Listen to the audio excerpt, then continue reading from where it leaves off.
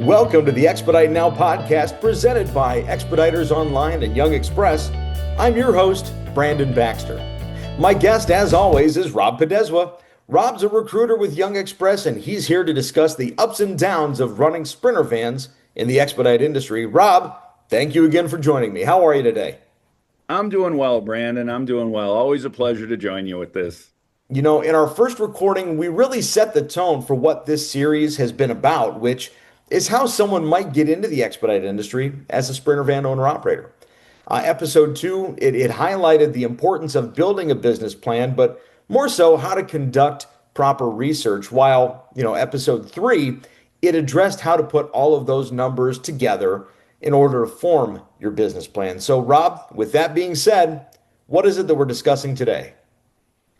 Today, what we're going to do is we put those numbers down on paper, but I'm sure people are going to look at those numbers and be like, well, no, I need to make more. Or how do you adjust those numbers? Right. That's what we kind of want to discuss today. So, and this will help you if you put all these numbers down on paper. Again, that helps you to be able to decide to figure out how much can I spend on a van.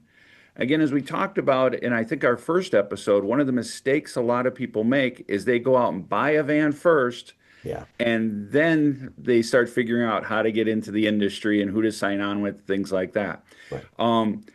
And so you can see in the example that I showed there is that was you taking a loan for $40,000. Now that's your loan amount. So depending on how much money you're putting down, stuff like that. But if you put these numbers together, you do your research, you put the numbers together, find out exactly how much you can afford to put into that van, and then adjust accordingly. Buy the van that's going to fit your business plan from a numbers standpoint. I was suggesting doing the 50-50 rule is what I always suggest. 50% of what you bring in goes to your personal account, 50% stays into your business account. Mm-hmm. Your personal account, that pays all of your personal bills, whether you have a mortgage or home bills or whatever.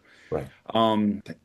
In the example there, we were showing 46,750, which was half of the 93.5. If you say, oh no, my personal bills, I need $60,000 in order to pay my personal bills. Okay. Well, again, now that means on a 50-50 rule, you need to gross $120,000 Right. in order to do that, in order for your business to be successful. Now, you could say, well, I'm not going to do the 50-50. I'm going to do 60-40 in order to get to my personal thing. Okay. Well, now there's a good chance your business may not make it then. You're not going with something that works for sure. You're going with a possibility of it working. But let's go back to, let's say you need to make $60,000 personal. So now you need to gross 120. Again, the way you figure out your gross income, what's the money coming into your business, is the two things. It's the number of miles that you're doing and what's your rate per mile.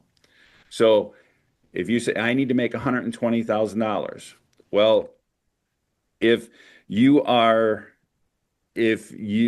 say, well, I think I can make $1 a mile. So Okay. that means you need to do 120,000 miles. Well, what does that equate to in terms of how many miles you're going to have to do per week? Mm-hmm. If you take 120,000 miles, and the most common thing that people say, I say, okay, how many weeks are you going to stay out on the road? Again, I always recommend you better stay out there at least 3 weeks at a time, preferably 4 to 6 weeks. Yeah. The most common one that I hear from people is, I'm going to go out for 3 weeks and I'll be off for a week. Out 3 weeks. That means you're working 39 weeks a year. Right. So now if you take 120,000 miles and you divide it by the 39 weeks you're working, that means you need to average over 3,000 miles. It's 3,077 miles a week. Well, be realistic. Find out what the averages are, because this industry is a roller coaster ride. It can be extremely busy and it can be slower. And you really, really need to base your business plan on what those averages are so that you will be successful.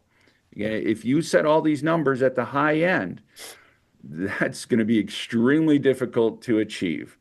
And again, I get so many phone calls from drivers. that are telling me they got in this industry, they bought their van, they signed on with companies, they're not getting the miles, they're not paying their bills, and they're panicking. Again, where people tell me, "Oh no, I get a buck 10 a mile." I'm like, "So all the time you get a buck 10 a mile and everything." Well, I'm like, "So most people in this industry know Laredo, Texas. Ton of freight that goes down there. It can be very hard getting out of there. Yes. You're normally going to have to take a discount." I'm like, "So you're getting a buck 10 a mile coming out of Laredo?" "Well, no, no, I got to do a lot less to get out of there." So again, you're not averaging a Yeah. dollar 10. That average You're drops. averaging less. Yeah. You need to look at these things so you're putting the correct numbers down on paper. Again, if you do 3 weeks on, 1 week off, that means you're working 39 weeks. Use that to figuring out for what you're doing per week for your mileage. Okay. If you say, "Well, I'll go 4 weeks and take 1 week off." Okay. That means you're doing 41 weeks that you're working. Again, depending on what you're going to average per mile, that's going to tell you how many miles you should do per year. If you're going to do 50 weeks and take 2 weeks off, so you're working 50 weeks, that is where I actually will recommend to people to get your business off the ground. Okay. All right. For the first couple years, you got to put the time in. You got to sacrifice. You need to stay out there as much as possible Yeah. and stay out there working. Don't come up with, "I'm only going to work 39 weeks a year and I'm going to be able to do 3,500 miles a week and I'm going to make a buck 10 a mile." You put all those numbers down for your business plan, you're going to fail. Yeah. How common is it that you hear those type of reasonings from a driver or a prospective owner operator when you're talking with them, right? They come to the table with that description. This is what I've been doing, and in your mind, you're thinking, well, that's not necessarily an average. That might be, that's what you've done up here, but you're not considering what you've done down here. And Mhm. now let's try and take that. Where does that fall in between? How common is it that you have those types of conversations? Very common. Unfortunately, um, it is extremely common. I get multiple phone calls like that daily. Yeah. Um, it's unfortunate. It's unfortunate. That's why we wanted to do these videos to help people to Yeah. prepare them to succeed. As we prepare to wrap up this episode, is there anything else that maybe we haven't touched on or that you'd like to add or maybe even tease for the upcoming installment? Oh, I think for this episode, I think we're pretty good. Again, just please, please, please, people put the good business plan together and use realistic numbers, and then you'll be successful. Future episodes, we're going to get into a little bit more. What's life on the road? What do I have to do? This is a company I really want to sign on with. How do you sell yourself to that company? And we're going to talk a little bit more about that. I love it. Plenty of good stuff still to come, so stay tuned. I love it. Sounds good. All right. Well, Rob, thank you very much. And this has been Expedite Now, presented by Expeditors Online and Young Express.